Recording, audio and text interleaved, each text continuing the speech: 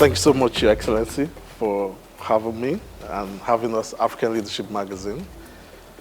We see in you one of the few African leaders that has a clear vision, and we've selected you on this African Leadership Legacy Series. And you come from a rich history of patriotism, leadership, and service to the nation, right from your father and all. And we see that there's a clear path from your policies, from your pronouncements. Can you tell us a bit about what growing up was like for you? What are some of those experiences that molded you into becoming who you are today? As you correctly said, I'm coming from a political family. My father having been the president of Zanzibar as well as Tanzania. I've grown up surrounded by political activities. So after having concluded my studies, I was asked to run for the parliament through my father's constituency. So it is for that reason that I had developed interest in politics, and that is the reason that I decided to pursue the political area, and that's the reason that I'm here today. And as president, you've been a major proponent of attracting investment, attracting tourism, and attracting trade to Zanzibar. And you've done it through various kinds of policies, but it would be great to hear from your mouth. What are some of the things you've done to create the right business environment to attract capital, investment, and tourism? Well, as you know, investment is very important for any country's growth. In Zanzibar, being an island, we are surrounded by the ocean. We don't have much land, and for that reason, agriculture would not be big in this area because of the scarcity of land. We don't have minerals, but since we are surrounded by the ocean, we thought the ocean should be our land. And for that reason, we came up with the policy of blue economy to try to utilize the ocean resources in a sustainable manner for economic growth of the country. And we put up a lot of policies, particularly policies that came up with incentives for those who would bring their capital here. So that is the reason that we have the blue economy as the main policy of our country's economic growth, but also being tourism, being contributing about 30% of our GDP. We had no option but to look into how to implement strategies and policies that would attract more tourism, and particularly around areas of fisheries, because the majority of Zanzibaris are employed in fisheries. Let me take you on the blue economy. Yes, you're known for being a major push for the blue economy. What does it entail? What does it cover? And who are the people invited to invest? Well, blue economy has several sectors. Among them is tourism. Tourism being the biggest for Zanzibar, because as I said earlier, it contributes 30% of our GDP. But fisheries, as I said, is an important sector. We also have oil and gas. Zanzibar has discovered some gas, and we are hoping to start to exploit that in the near future, because we have good finds around I would say 3.2 trillion cubic feet already discovered. So we are going to be also involved in oil and gas. But being an island, and we are definitely required to have a major port here, I mean seaport. And we are now planning to come up with a multi-purpose port in a place called Mangapwani, and this port will be a transshipment hub. So rather than having a port that will only cater for Zanzibar, it will be a port that caters for the region, Containers and other cargo would be coming from Zanzibar, going to this other ports around here like Mombasa, Dar es Salaam, Beira, as far as Durban in South Africa. That's the intention, and I think we are on the right track. So those are the main sectors of blue economy, but also we also have, together with those, marine transport and trade. Yeah, so if we are to be a hub for transshipment, it means we'll have to have a lot of smaller vessels that will be plying around here. So marine transport and marine trade will be one of the major sectors of blue economy. Let me take you on the tourism side, being the major contributor to GDP.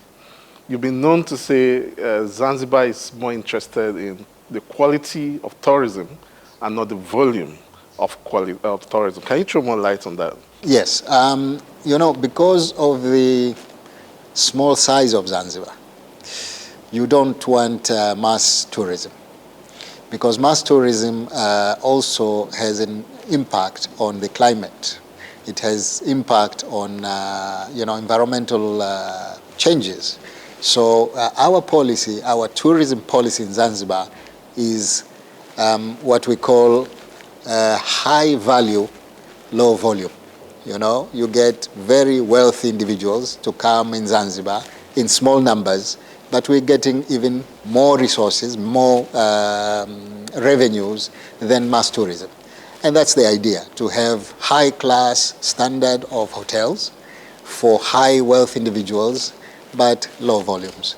This is good not only from the point of view of revenues, but for sustainability. We need to preserve the environment. So the smaller the number, the better for environment. Well, I like the fact that you mentioned it helps with sustainability. And I'm excited because very recently you were nominated to receive the Global Water Prize, Changemakers Prize, for your investment in water for sustainability's sake. How do you feel about this award? Why I want to congratulate you, but I want to know how you feel and what are some of the investments in water that you have embarked upon? Being an island, we do not have enough water resource. So it's very important for us to utilize what we have in the best way possible. So I'm happy that we have collaborated with partners, the Global Water Partnership, which is being led by the former president of Tanzania, Jakaya Kikwete, the Southern African part of the Global Water Partnership. And we had come up with a strategy for Zanzibar. And that strategy is what gave us the award, that we had come up with a good strategy, that we are now going to look for funding to make sure that we utilize what we have sustainably. And in that way, I can tell you one thing, we rely on groundwater here in Zanzibar. Yeah, and it's quite costly. So we need to have the resources and we need to make it sustainable. So there's a lot of research around that area. There's a lot of policies and strategies. And this is what gave us the award, because we had implemented a very good strategy towards the water sustainability in Zanzibar. Wow. Again, congratulations. It's a worthy award. And let me move on to peace. Tourism, we know, would never thrive where there is no peace, there is no security. And of course, that goes to unity. You've been known as a leader who has forged a very united front, not just locally in Zanzibar, but across the nation, the union, and also across the region. What's driving your approach to sustaining peace, security, and unity? As you said, without peace and security, there'll be no development. There'll be no prosperity, because everything depends on peace and security. And it is for that reason, when we came into power, the first thing we decided was to formulate a government of national unity. The aim was to bring all players on the table so that we get stability in the country.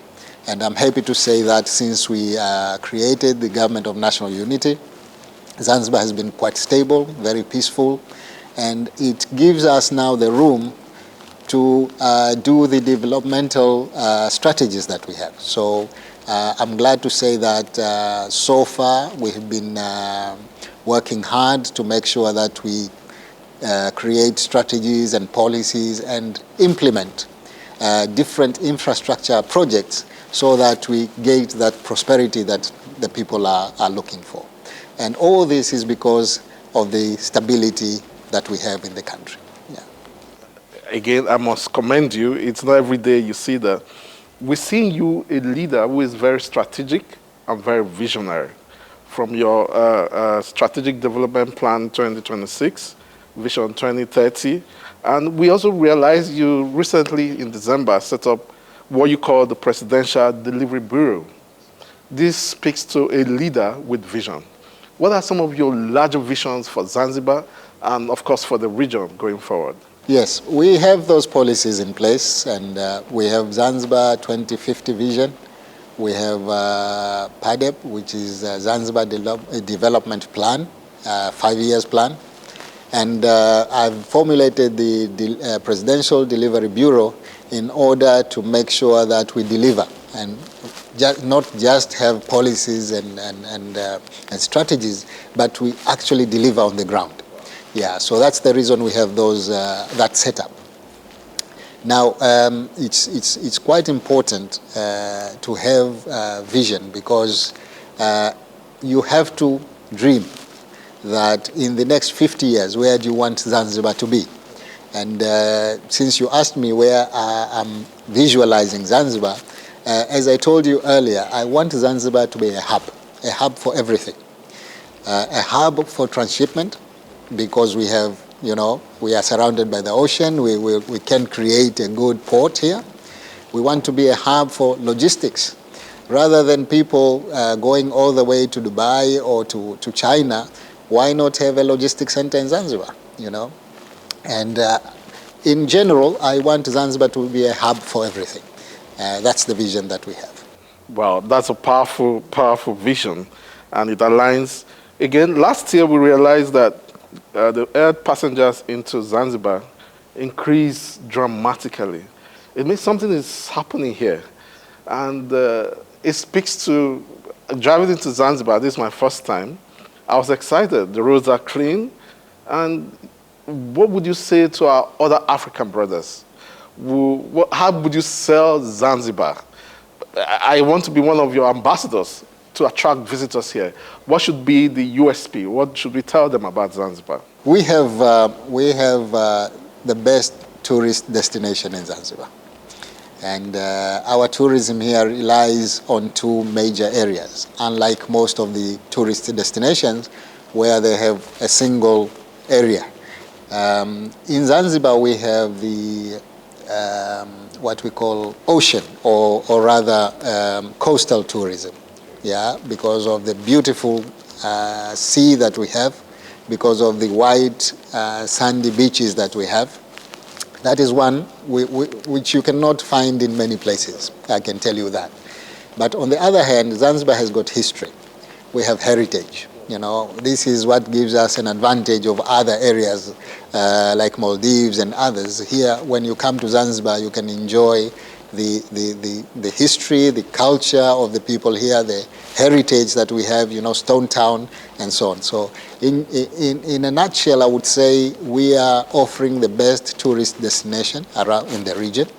But for those who are interested in investment, Zanzibar offers the best incentives when it comes to investment. So if you come to Zanzibar and want to invest in any of the sectors that I mentioned, you are likely to have the best tax incentives than most of the areas around the region. Wow, wow. It's a beautiful feeling, and I am a believer in Zanzibar today. Now, Zanzibar has been described as a crossroad of cultural influence, where Africa meets Arabic history with Indian flavor. Some will add with European touch. It makes Zanzibar a confluence of sorts. How have you been able to harness international partnerships with this level of history and heritage for the benefit of Zanzibaris? As I said, the history of Zanzibar There used to be Europeans here, and then there used to be Arabs who were here. But then after our revolution, we were a country that embraced, all the other people from everywhere. Europeans came, Indians, as you said, came. So most of the time, Zanzibar is an area, a multicultural area. So we have all those cultures together, and I think it gives us a unique position in the region. Awesome. Everybody feels at home in Zanzibar, yes. We see you a statesman, not just for Zanzibar. Your vision, your strategic leadership, and I'm excited it's already been noticed internationally, like the UN awards you'll be receiving. And we have you in scarce commodity in Africa. I can tell you that. I've been privileged to move around. What's your vision for African leadership? What do you think leaders of Africa, with the templates you've displayed there, what should it be? What's your take to African leaders? Well, the most important thing, as we've said earlier, is peace and security. I think all African leaders should thrive to make sure that our continent is peaceful, our continent is stable politically and economically. That is the only way we will prosper. And I'm glad that the African Union now comes with a lot of economic policies, like the free continental trade area. That will make a huge difference when we actually can implement those policies. And the only way we can do that is, first of all, we must have security. All the continent has to be secure and stable politically. And then we must make sure that we have the necessary infrastructure. It's very difficult now to send anything from Zanzibar or from Tanzania to any African countries. We would rather send it to Europe. It would be faster, and cheaper. So it's the infrastructure that we need to make sure that we create, and then I think Africa will prosper. Last question for you, Your Excellency. I see a lot of young people around you in your government, and on social media spaces, you're one leader that has a lot of youth support. We know youth to always be very attacking of their leaders. How have you been able to draw the youth close? What are your programs for young people and also for women, being the other minority groups in Africa? Well, I'm a believer in youth. I think given the chance, they can do wonders. And that's the reason I accommodated a lot of youth in my cabinet, a lot of youth in different positions in the government, and women as well. I have a good number of women who are actually doing a tremendous job. So I believe that we can do a lot by using the youth in government and in other areas, but also because the demography, the population that we have in Zanzibar and in Tanzania in general, the majority are youth. We need to have a special type of strategy to make sure that we are responsive to their need. They have a lot of needs, education, but also employment and so on. So sometimes it's difficult to absorb all the graduates into government. We need to make them able to self-employ. So it is these strategies that we are coming up with to make sure that they employ themselves. We make sure that they are able to get good education so that they can, have prosperity in their lives. So it is necessary because of the demography. The majority of our population in Tanzania is the youth.